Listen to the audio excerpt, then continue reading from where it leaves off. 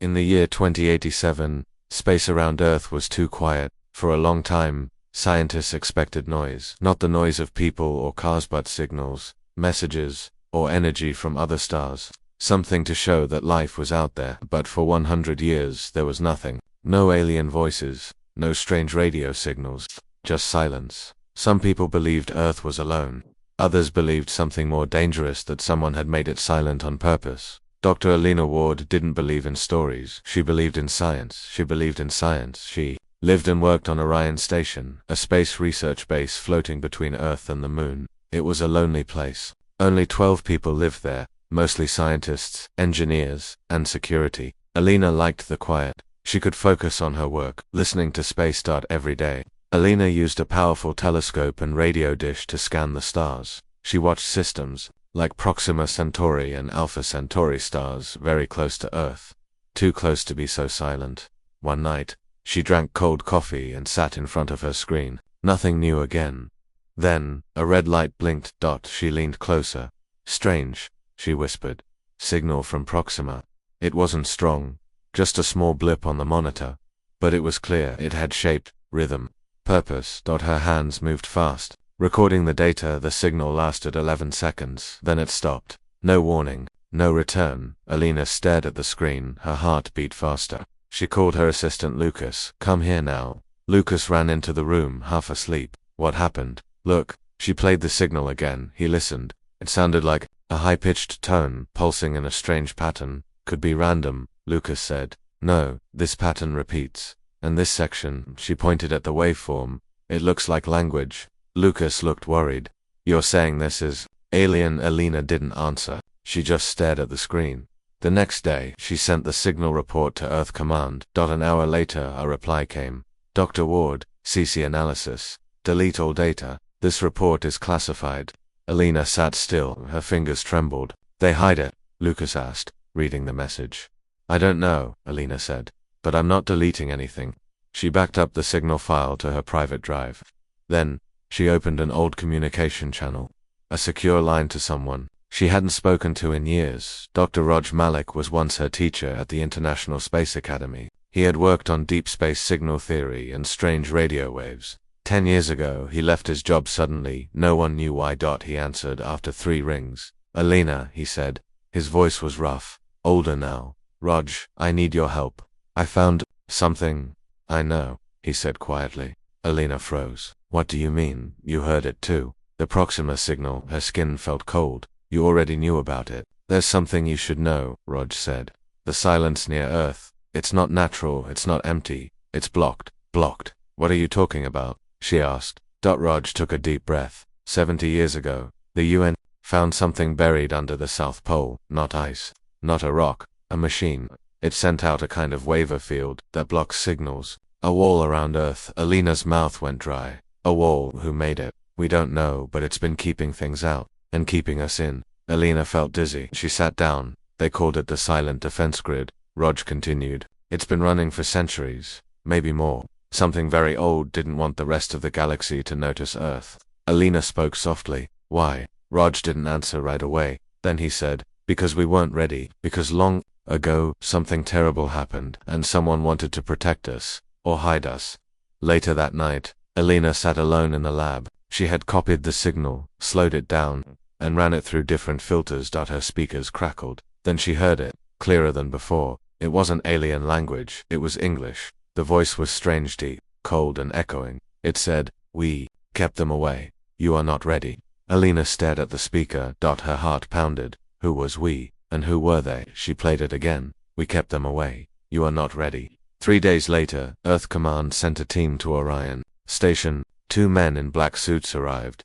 They took her hard drive. They erased her computer systems. They gave no names. You are being reassigned. One of them told her, I'm not going anywhere, Alina said. You don't have a choice. But they didn't know she had already sent a copy of the signal to Raj, and Raj was already doing something about it.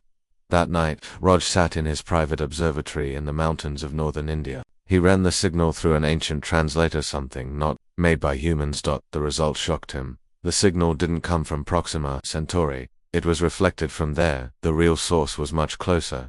Inside the solar system, suddenly, alarms in his lab beeped. He looked at the radar screen. An unknown object had entered the solar system, moving fast, too fast, no heat, no signal, no trail. It was coming from the edge of space, silent, hidden, straight toward Earth.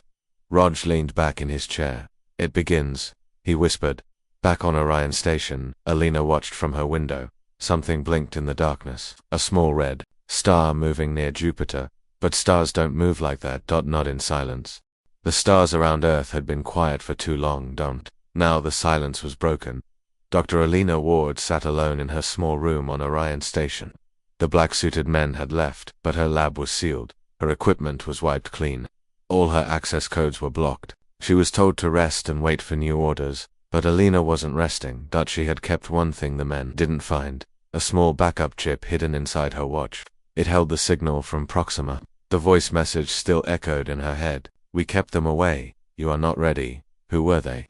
And what did it mean to not be ready? She needed answers, so she contacted the only man who might know the truth. Dr. Rog Malik hadn't slept in 2 days. In his secret mountain lab, he studied the data Alina sent him. His old hands moved quickly over the controls. He compared the signal to ancient records files he had stolen from the government years ago before he disappeared from public life. The results shocked him. The voice and the signal did not belong to any known species, but it matched something he had seen only once inside a hidden UN archive called Protocol 0.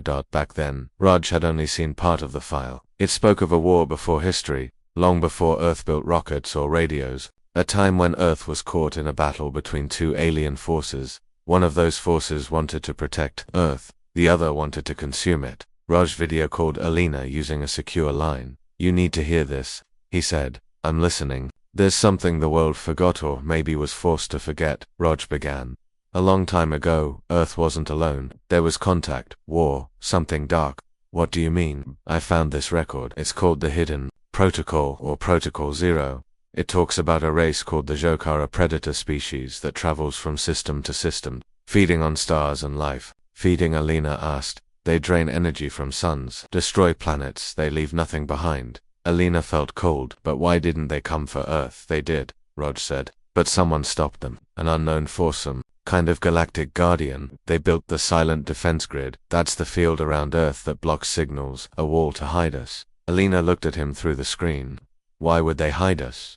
Because we were weak, and because Earth wasn't supposed to exist anymore. Far above them, deep in space, the unknown object continued moving. It passed Saturn, then Jupiter. It made no noise, no signal, but it changed course. Now it was heading directly toward Mars. Meanwhile, on Earth, the United Nations Space Defense met in a secret underground base. Satellites had detected the fast-moving object, but none could identify it. No heat, no radio waves, no engine. A general slammed his fist on the table. We need to destroy it. But the room fell silent when Director Voss, a pale man in a dark suit, spoke. We cannot. If this is what I think it is, we are not the ones in control. What do you mean? The general asked. Voss looked at the screen showing the object's path. It's coming to check if Earth is ready. Back on Orion Station, Alina hacked into the station's old backup systems. She found something strange, an encrypted file, named STO1, Sentinel Trace. It had been stored there for over 200 years. She decrypted the file. What she saw shocked her. It was a video from 2141, a man with robotic implants, standing in front of a broken city. This is Commander Reeve, the man said.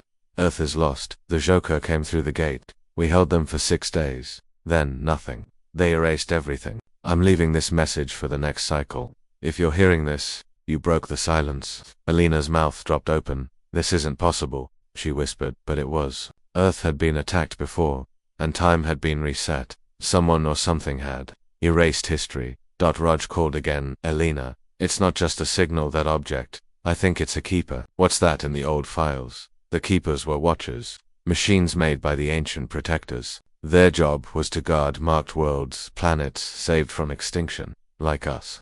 Yes, but if a keeper is arriving now, that means the protection is ending. Alina's hands shook. The wall is failing, and the Joker might already know. Suddenly, alarms blared on Orion Station. Lucas ran into Alina's room. You need to see this. She followed him to the window. A red dot had appeared in the distance just above. Mars. It wasn't blinking like a star, it was growing. Elin gasped. It's here. At the same moment, Earth Command received a new signal. It didn't come from Proxima. It came from Mars orbit, a strange voice, not human, not alien, mechanical, but full of emotion. It spoke in Earth's languages, all of them, layered over each other. The translation came quickly. I am the keeper of the quiet ring. Bring final warning. The silence is breaking. The enemy stirs. Your wall is falling. Prepare Earth, prepare fire. Rog stared at the words. The quiet ring, he repeated. That's what the defense grid was called, in the old texts. But what's prepare fire mean? Alina asked. I think it means Earth must wake up, find its old power. Where Rog closed his eyes. There's a place, a last lock, buried deep beneath Antarctica, a power source, sealed during the last war. Alina frowned. What kind of power? He opened his eyes. Not a machine. A being. A warrior who once fought the Joker. He is called the Sleeper. High above Mars, the object finally revealed its shape. It was not a ship, it was alive. A giant creature made of glowing metal, wrapped in coils of light. Its wings spanned miles, but it made no sound. Its eyes opened, burning like stars. The Keeper had arrived. It sent one more message. The Joker are near. You are not ready, but you must be, or Earth will fall. Again. The stars around Earth had been quiet for too long. Now the silence was broken. Dr. Alina Ward sat alone in her small room on Orion Station. The black-suited men had left, but her lab was sealed. Her equipment was wiped clean. All her access codes were blocked. She was told to rest and wait for new orders, but Alina wasn't resting. She had kept one thing the men didn't find, a small backup chip hidden inside her watch. It held the signal from Proxima. The voice message still echoed in her head. We kept them away. You are not ready. Who were they? And what did it mean to not be ready? She needed answers, so she contacted the only man who might know the truth. Dr. Rog Malik hadn't slept in 2 days. In his secret mountain lab, he studied the data Alina sent him. His old hands moved quickly over the controls. He compared the signal to ancient records files he had stolen from the government years ago before he disappeared from public life. The results shocked him. The voice and the signal did not belong to any known species, but it matched something he had seen only once inside a hidden UN archive called Protocol 0. Back then, Raj had only seen part of the file. It spoke of a war before history, long before Earth built rockets or radios, a time when Earth was caught in a battle between two alien forces. One of those forces wanted to protect Earth, the other wanted to consume it. Raj video called Alina using a secure line. You need to hear this, he said. I'm listening. There's something the world forgot or maybe was forced to forget, Raj began. A long time ago, Earth wasn't alone. There was contact, war, something dark. What do you mean? I found this record. It's called the Hidden Protocol or Protocol 0. It talks about a race called the Joker, a predator species that travels from system to system, feeding on stars and life. Feeding, Alina asked. They drain energy from suns, destroy planets, they leave nothing behind. Alina felt cold. But why didn't they come for Earth? They did, Rog said. But someone stopped them. An unknown foursome, kind of galactic guardian. They built the silent defense grid. That's the field around Earth that blocks signals, a wall to hide us. Alina looked at him through the screen. Why would they hide us?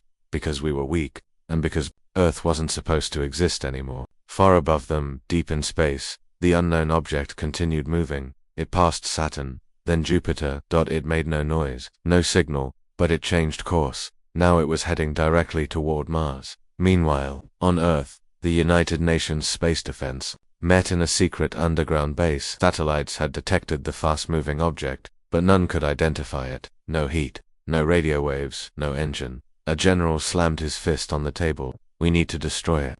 But the room fell silent when Director Voss, a pale man in a dark suit, spoke. We cannot. If this is what I think it is, we are not the ones in control. What do you mean? The general asked. Voss looked at the screen showing the object's path. It's coming to check if Earth is ready.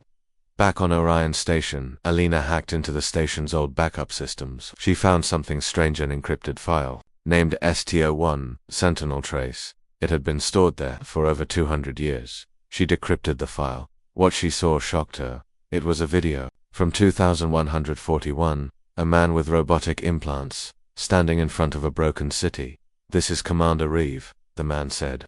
Earth is lost. The Joker came through the gate. We held them for 6 days. Then, nothing. They erased everything. I'm leaving this message for the next cycle. If you're hearing this, You broke the silence. Alina's mouth dropped open. This isn't possible, she whispered, but it was. Earth had been attacked before, and time had been reset. Someone or something had erased history. Raj called again. Alina, it's not just a signal, that object. I think it's a keeper. What's that in the old files? The keepers were watchers, machines made by the ancient protectors. Their job was to guard marked worlds, planets saved from extinction, like us. Yes, but if a keeper is arriving now, that means the protection is ending. Alina's hands shook. The wall is failing, and the Joke might already know. Suddenly, alarms blared on Orion's station. Lucas ran into Alina's room. You need to see this. She followed him to the window. A red dot had appeared in the distance just above. Mars. It wasn't blinking like a star, it was growing. Elin gasped. It's here. At the same moment, Earth Command received a new signal. It didn't come from PROXIMA. It came from Mars orbit. A strange voice, not human, not alien, mechanical, but full of emotion. It spoke in Earth's languages, all of them, layered over each other. The translation came quickly. I am the keeper of the quiet ring. Bring final warning. The silence is breaking. The enemy stirs. Your wall is falling. Prepare Earth, prepare fire. Raj stared at the words. The quiet ring, he repeated. That's what the defense grid was called, in the old texts. But what's prepare fire mean? Alina asked. I think it means Earth must wake up, find its old power. Where? Raj closed his eyes. There's a place, a last lock, buried deep beneath Antarctica, a power source, sealed during the last war. Alina frowned. What kind of power? He opened his eyes. Not a machine. A being. A warrior who once fought the Joker. He is called the Sleeper. High above Mars, the object finally revealed its shape. It was not a ship, it was alive. A giant creature made of glowing metal, wrapped in coils of light. Its wings spanned miles, but it made no sound. Its eyes opened, burning like stars. The Keeper had arrived. It sent one more message. The Joker are near. You are not ready, but you must be, or Earth will fall. Again. The stars above Earth had never looked so quiet, but out near the edge of the solar system, there was no silence now. There was war. The Keeper, Earth's ancient protector, was falling. Its wings of light flickered, torn by the hundreds of Joker warships swarming it. Bone ships, living machines, creatures twisted by hunger and time. Each ship passed through a strange opening in space. A gate, a massive black wound floating near Neptune, a gate of ash and bone. Kale's ship raced toward the gate, Alina and Raj with him. The ship was not normal. It shimmered with golden energy, responding to Kale's touch like it was alive. Alina sat in the control room, staring at the image on the screen, a massive planet-sized ship on the other side of the gate. The Joker hive, Raj whispered. It's like a god made of teeth. Kale nodded. It sleeps, but not for long. What do we do? Alina asked. Kale's voice was calm. We close the gate. From the inside, Raj shook his head. That's suicide. Kale turned to him. Then Earth will remember our sacrifice, or nothing at all. Back on Earth, the world was changing. Children with glowing eyes, dreamers seeing battles from thousands of years ago, old people whispering strange names in their sleep. Something inside humanity was awakening, not magic, but memory. The memory of a forgotten war, the memory of when humans were more than human. The ship passed Neptune. As it neared the gate, everything turned dark, sound vanished, light bent, the stars disappeared. The gate of ash and bone opened wider, was made from the remains of dead stars, twisted ships, and the bones of fallen species. Their screams still echoed in the dark, if you listened too closely. Alina felt pressure in her head, a voice, cold and sharp. Flesh, weak. We remember you. You are meat. She covered her ears. Did you hear that? Kale nodded. The hive is speaking. Raj looked around. To us? No, Kale said. To itself it remembers Earth. They crossed a threshold. The ship entered the Joker realm. It wasn't space. It was a twisted dimension. Broken moons floated like dead eyes. Rivers of fire moved between stars made of bone. Every planet they passed looked devoured, lifeless. Hollow. Then they saw it. The hive. It was massive, larger than Earth's moon. A living fortress. Tentacles of metal and bone reached out, feeding on energy. Millions of smaller ships circled it like bees around a queen. At its center, a red core, beating like a heart. Kale pointed. That's the source. We must destroy it. Alina asked. How? Kale placed his hand on the ship's control node. We must awaken what Earth buried. The ship dove deep into the hive's gravity field. Alarms rang. Joker scouts noticed them. Bone spikes shot from their ships, trying to pierce Kale's. Raj shouted, "They're locking on." Alina activated the shields. "We need to go faster." Kale whispered something in a lost tongue. The ship listened. Wings of pure energy unfolded from its sides. It turned invisible. The enemy lost them for a moment, but it was enough. They broke through the first wall. Inside the hive, things changed. The walls were alive. Flesh mixed with metal, eyes blinked from the ceilings. Veins pulsed in the floor. The ship landed. Kale stepped out first. "This is where it began," he said, "and where it ends." Back on Earth, chaos ruled. Skyports burned. Governments collapsed. The Keeper fell silent after destroying over 100 Joker ships. Its final message rang out across all radios. "The light is past. The flame must choose." Then it vanished, burned up, or escaped. No one knew. But as the world panicked, one group stayed calm. A group of awakened people across the globe, some old, some young, who remembered something more, something ancient inside them, and they heard a voice in their dreams. "Return to the old places. Take up the fire. The sleeper walks." Inside the hive, Kale led Alina and Raj through winding corridors. The walls whispered. Visions flashed in their heads. Earth's cities burning. A great war in the skies. The stars going dark. Raj stumbled. "This place, it's alive. It's reading us." Kale helped him up. "That's what it does. It feeds on memory, on fear." Alina looked at the map on her wrist. "We're close." To the core, they reached a massive door made of bones from thousands of species. Kale placed his hand on it. The bones screamed. The door opened. Inside was a red chamber, a heart. A real one, beating slowly. Around it, thousands of black tubes carried glowing energy. Kale turned to Alina. "We destroy the heart. The hive collapses. The gate closes, but we die with it," Raj said. Kale looked at him. "Not if we awaken Earth's fire." Alina frowned. "What is that?" Kale smiled. He handed her a strange crystal glowing like the sun. "It's called the Ember, a piece of Earth's first sun. Hidden for this moment. You carry the gene. Only you can use it." Alina took it. It burned her skin, but it didn't hurt. The pain turned to strength. Her eyes lit up. Her veins glowed gold. "I remember," she whispered. "We fought. We almost won." Kale nodded. "Then do what must be done." Joker guards charged in, giant creatures made of shadows and steel. Kale stood before them with his glowing blade. "Go," he told Alina and Raj. "This is my fight." He roared and attacked. The chamber shook. Alina ran to the core, Raj behind her. She placed the ember inside a socket in the heart. It pulsed once, then again, then a sound like a scream came from the walls. The hive was burning outside. The hive cracked, shook. Ships scattered. The gate flickered. The energy flow stopped. Back inside, Kale fell to one knee, bleeding but smiling. The fire was working. Rod shouted, "We have to leave." Alina touched her glowing wrist. The ship responded. It came crashing through the walls like it knew its master was in danger. They leaped inside. Kale followed, his armor blackened, eyes dim but still alive. The ship turned and flew as they passed through the collapsing gate. Alina looked back. The hive exploded, silent and beautiful in the dark. The stars beyond it went out. The Jokar screamed, then vanished. Earth's sky cleared. The Keeper's final gift activated. A beacon of light shot into the sky. The remaining Jokar ships disintegrated. And for the first time in thousands of years, Earth was safe. Kale stood in the ship, watching Earth come into view. "It is done," he said. "For now," Raj added. Alina nodded. "But the fire is lit again. If they come back, we'll be ready." Kale smiled. "Let the stars know. Earth remembers."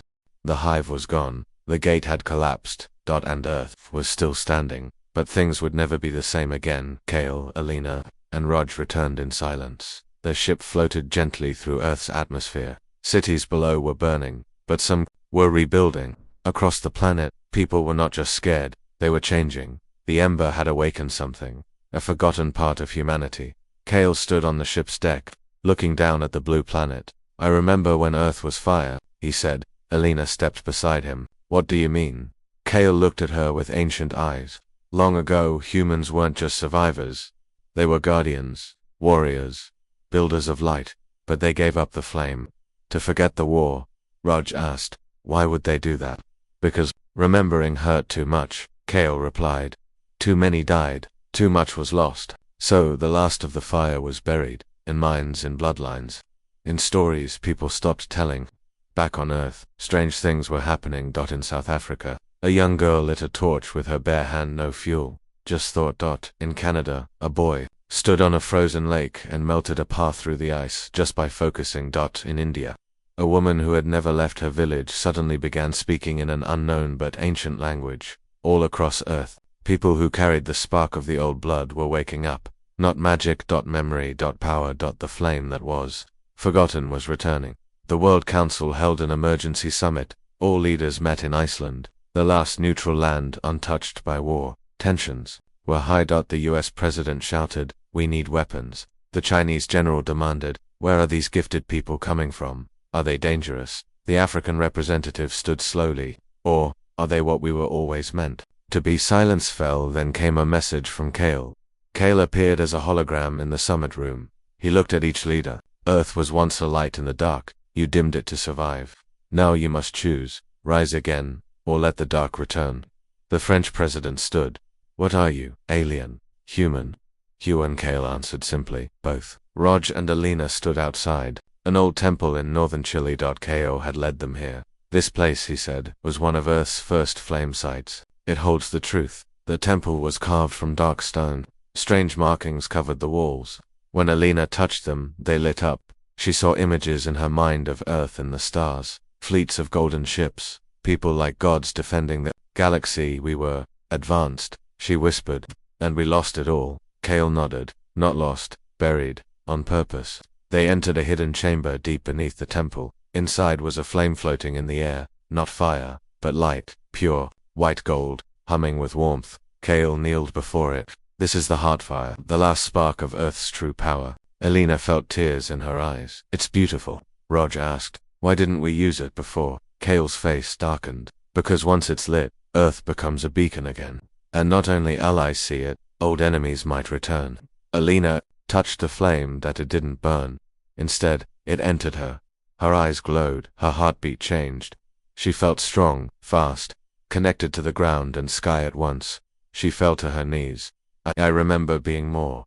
Kale helped her up. "You're one of them now, a flame." Meanwhile, Earth's governments had started to hunt the awakened. Some feared them, others wanted to control them, but the awakened didn't hide. They formed groups, networks, flame circles. They taught others to awaken the fire through memory, not fear. In a desert in Arizona, they lit a tower of light that reached the edge of space. In a forest in Japan, they created a shield that protected an entire town from a Joker drone that had survived the hive collapse. Earth was learning again what it had been, but not everyone was happy. A shadowy figure watched from an underground facility. His skin was pale. His eyes were not fully human. He spoke into a device. "They have lit the flame. Begin phase 2.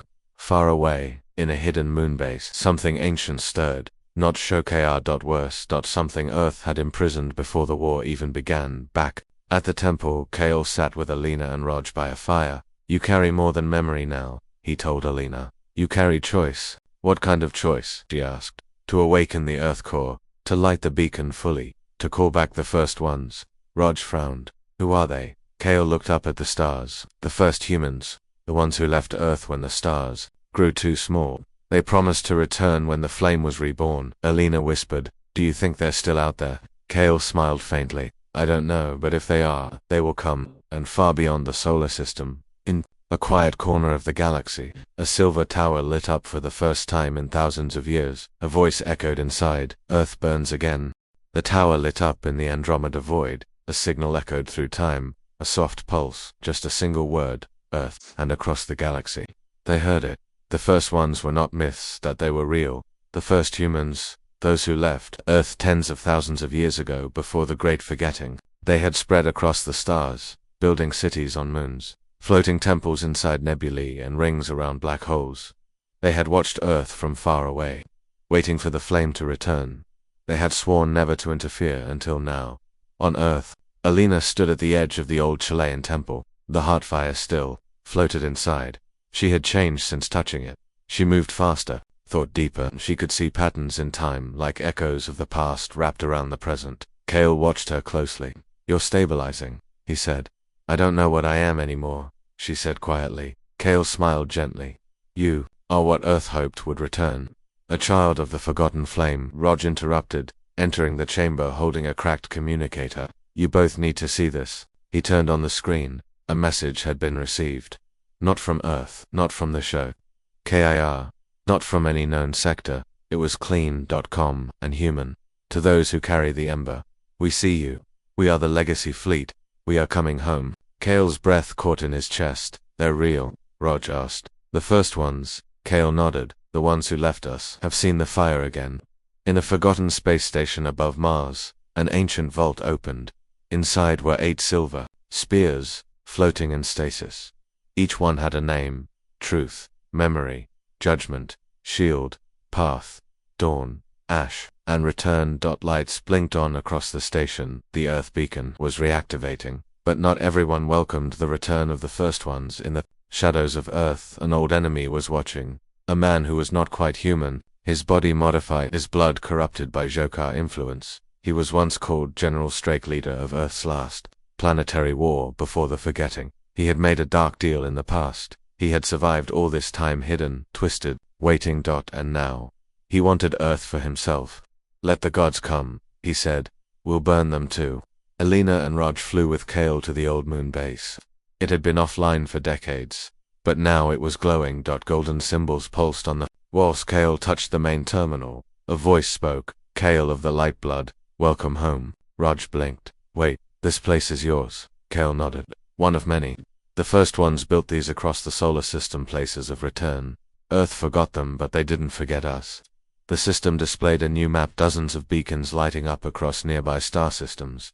Alina stared at it. They're moving toward us. From the edge of the solar system, ships appeared. Not like Earth's ships, not like Jokar bone ships. These were massive, shining like stars, silent, elegant, alive. The Legacy Fleet had arrived. Their leader stepped forward, a tall woman wrapped in gold and white, skin shimmering with faint stardust. She spoke across all Earth channels.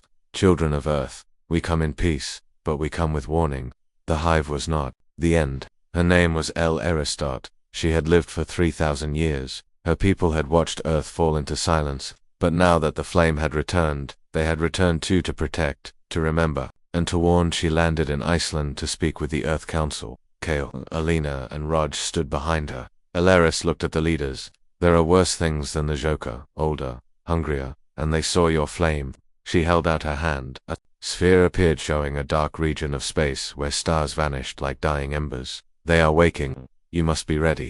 Back on Earth, strange storms were forming, lightning with no clouds, winds that whispered in unknown voices. People were disappearing, sucked into cracks in space. General Strake moved quietly through it all, gathering rogue soldiers and broken machines. He had a plan. If Earth wouldn't be his, he would destroy it. Rog and Alina sat alone one night, watching the stars. Rog asked, do you trust them, the first ones? Alina thought for a moment. I trust that they remember us. I just don't know if they still understand us. They look like gods, Rog said. Alina looked down at her glowing hand. So do we now. The next day, Kale gathered them all, leaders, flamebearers, first ones. He spoke clearly. There is another gate, one we buried before memory, deep beneath the ice in Antarctica. Alaris nodded. It was sealed by your ancestors.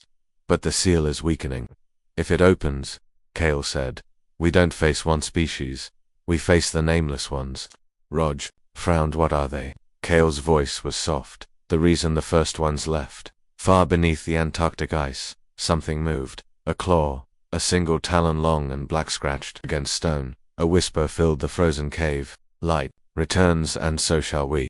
The ice had cracked. Not from heat, not from war, it cracked. From beneath. Deep under Antarctica, something older than time was stirring. Beneath layers of frozen earth lay a black gate. Not metal, not stone. It pulsed like flesh. It was alive, and now it was waking up. Alina stood at the edge of the world. The cold wind howled across the snow. As she stared down at the exposed crater, the ice had melted away in a perfect circle, revealing the ancient gate Kale warned about. She felt the pressure in her head like whispers pressing against her thoughts. Rog landed beside her, breathing hard. It's real. Kale said nothing, only looked at the gate with fear in his eyes. The nameless ones, they've started to leak through. The first ones arrived moments later. Their ships hovered silently in the sky. Alaris, their leader, walked down a glowing ramp, her robe flowing in the wind. She approached Alina. We hoped this would never happen, Alaris said, but now we must act. Alina asked, what are the nameless ones? Alaris looked up toward the gray sky. They were humanity's first enemy. Before the hive, before memory. They don't just kill, they erase, they feed on identity, until nothing is left. Deep inside the ice cavern, the gate pulsed again. A voice escaped, it not a sound, but a feeling, a whisper that slid into minds like oil. You are light, we are the end of light. At the moon base, Kale collapsed. He clutched his chest. Blood leaked from his nose. The gate, it's calling me, trying to tempt me. Alaris placed her hand on his forehead. You carry the old fire. They fear you. Kale's eyes opened. No, they're not afraid. They're hungry. All across Earth, strange things began happening. People who had awakened the flame started seeing visions. Nightmares. They saw Earth crumbling under dark skies. They saw oceans turning red. They saw something crawling out of the gate, not a creature, but a hole in reality. It had no face, no voice, just hunger. In Africa, a boy with flame in his blood burned his entire village by accident after a vision. In Tokyo, a woman screamed that she saw her dead daughter inside the storm clouds. Fear spread. The gift of flame was becoming dangerous. Back at the Antarctic site, the first ones started building a barrier, a ring of light generators, a wall of force, ancient defenses. Alina stood with Kale. Can we stop it? Kale looked at the sky. We can try, but we'll need every flame bearer across Earth united. Raj added, then we better start calling. They sent out the signalers in First One Tech. Within 48 hours, hundreds of awakened humans arrived at the pole. Some came walking, some flew, some came in ships. Every continent sent someone, old, young, men, women, all touched by the flame. They gathered around the crater. Kale stood in the center.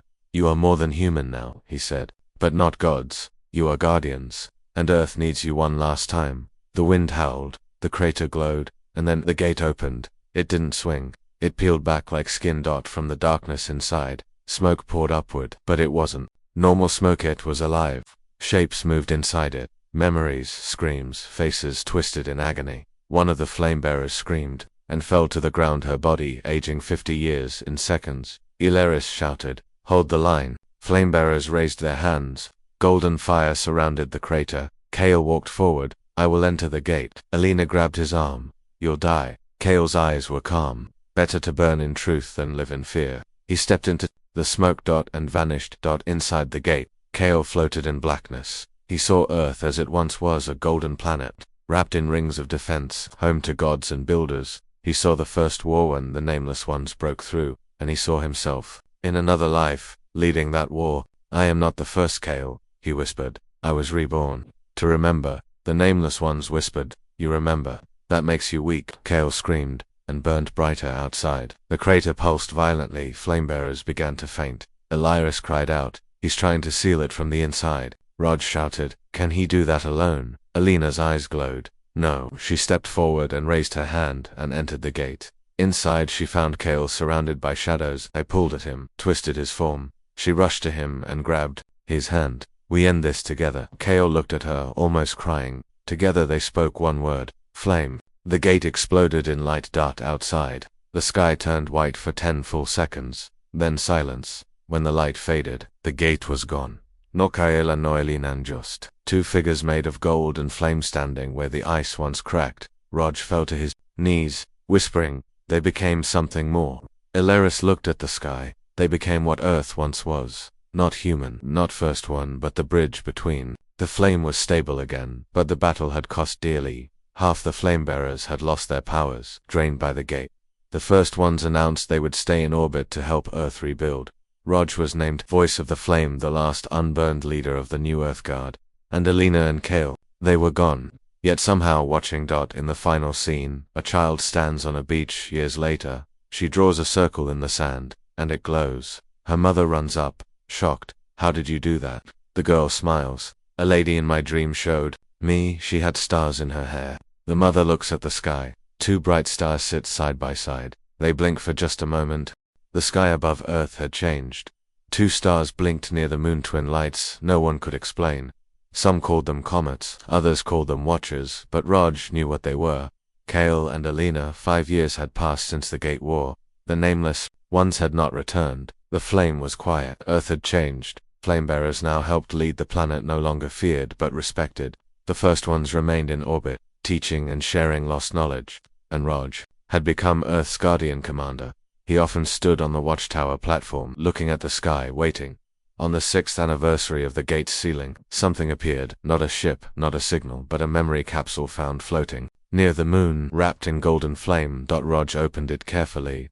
Inside was a message. Kale's voice spoke calmly. If you hear this, we are no longer what you knew, but we are still with you. The gate was not the end, it was the beginning of a test. Earth was watched not just by enemies, but by those who once called it home. A final choice is coming. Rog froze. Second voice followed. It was Alina.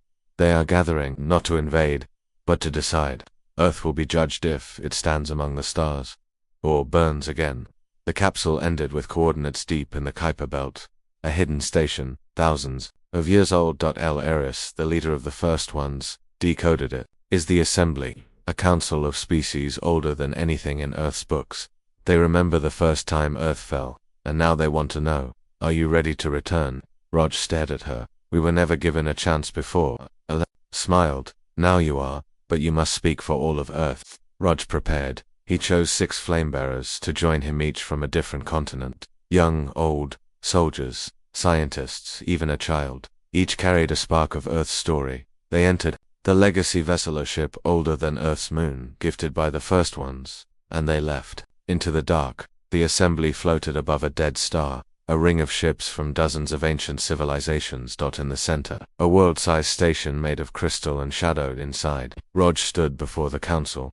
Creatures of all kinds watched him, beings of liquid metal, cloud-like minds, tree-formed thinkers, and eyes that remembered the birth of stars. A voice filled the chamber. You are the last world. You were forgotten, now remembered. We ask, why should Earth be allowed to rise again?